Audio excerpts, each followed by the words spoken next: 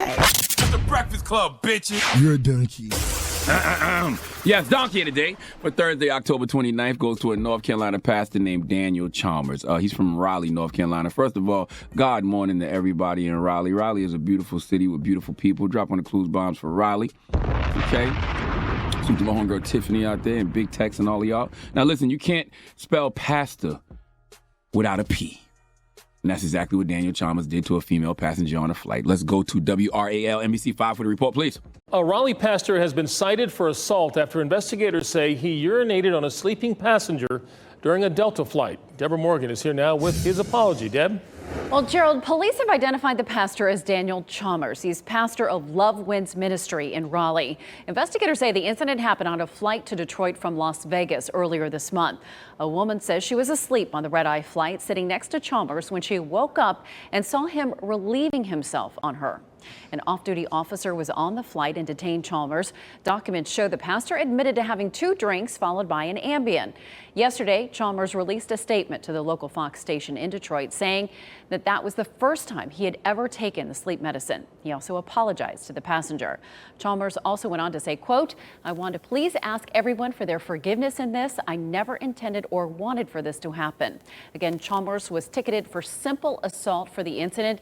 He said he would release a statement clarifying what happened on his website soon. That poor traumatized woman. 2:44 a.m. on a flight, you knocked out, you feel something warm on you, then you wake up and it's a penis in your face, okay?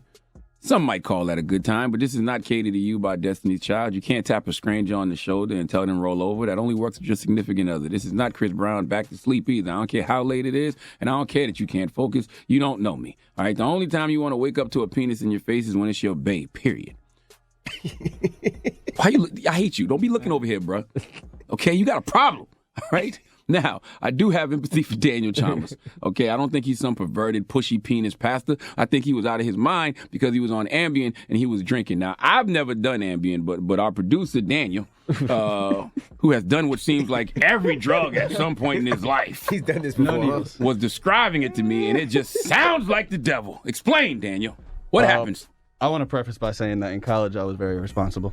Okay. Yeah, right. I'm proud to say that. Okay. No, I'm proud to say that by senior year in college I cleaned up.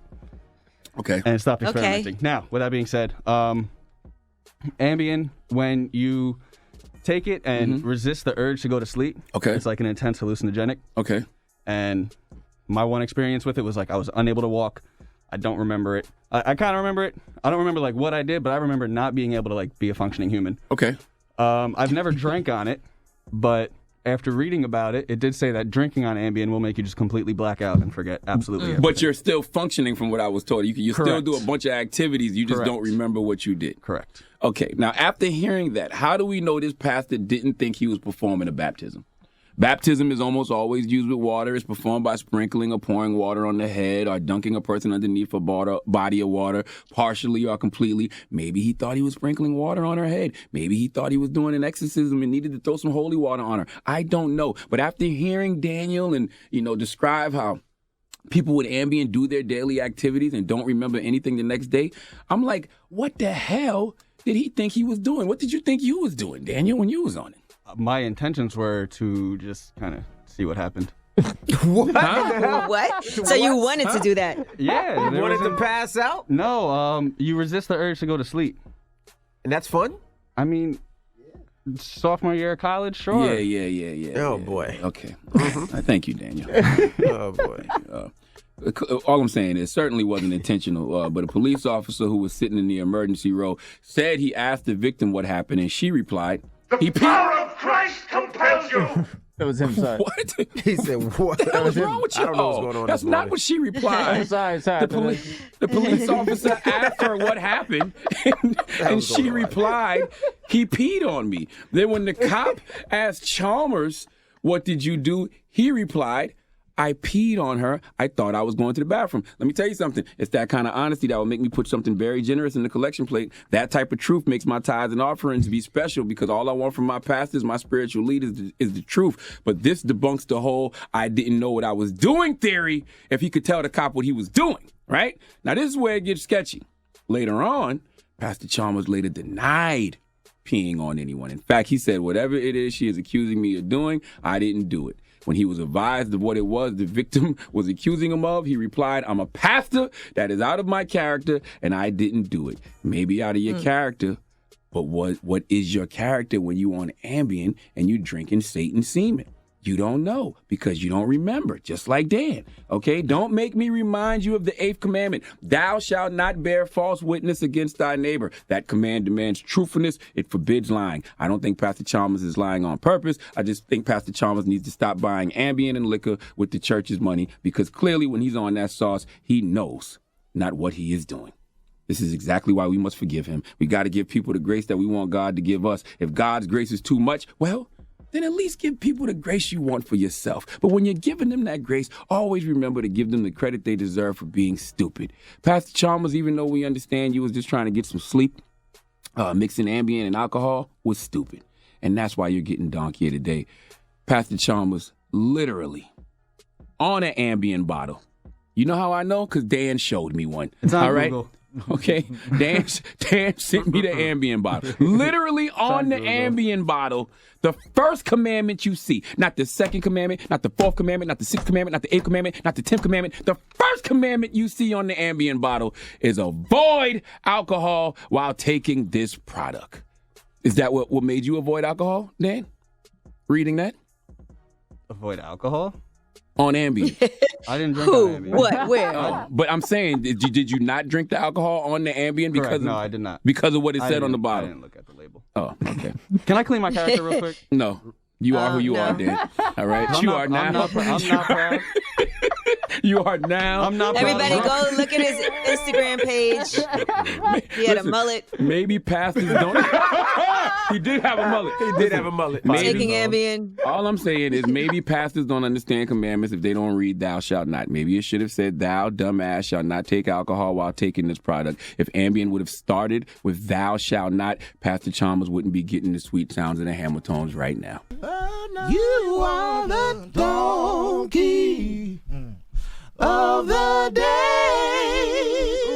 You are the donkey of the day. Turn the music off, Drum.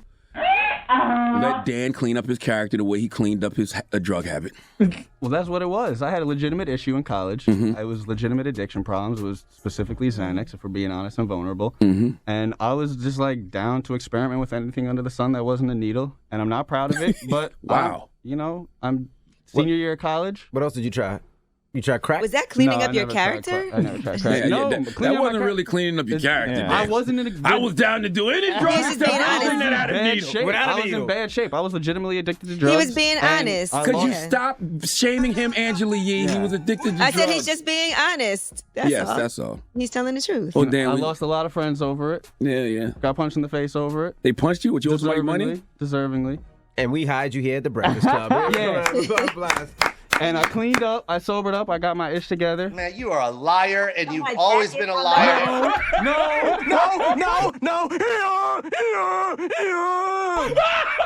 That is crazy. Get the test right now. Watch me pass this with flying colors. Watch me pass these tests with flying colors.